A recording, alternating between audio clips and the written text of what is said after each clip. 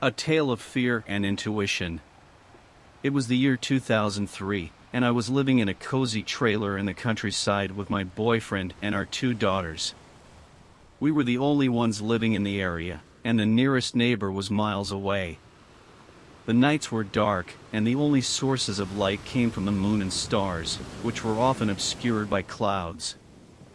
One evening, I walked out into the hallway to get something from the kitchen and caught sight of a shadowy figure in the living room. I froze in my tracks and stared back at the figure. It was a tall, dark figure that seemed to be staring back at me. I didn't get any bad vibes, but I felt uncomfortable, and the hairs on the back of my neck stood up.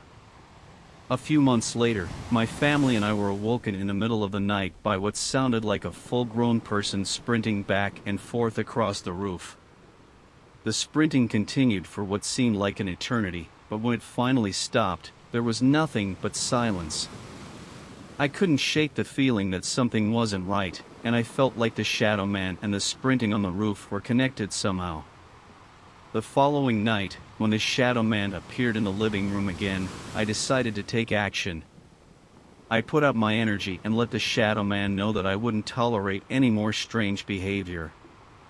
I told him to leave my family alone, and I outlined the outside of the trailer with salt.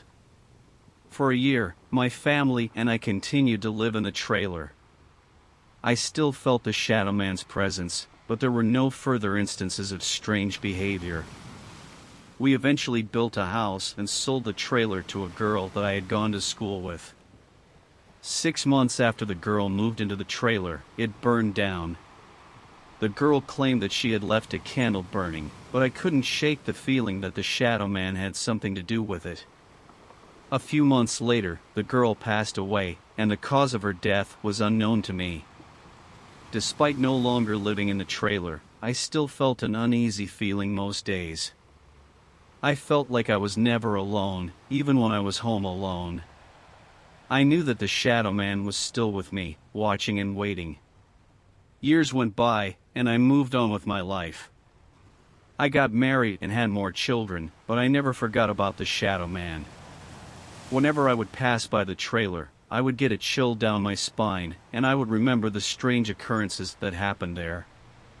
One day, I received a call from a friend who was driving past the old trailer. The trailer was no longer standing, and in its place was a large, beautiful tree. I felt a sense of peace wash over me, as if the shadow man had finally moved on. I knew that the tree represented new life, and I felt like the shadow man's spirit had finally been put to rest.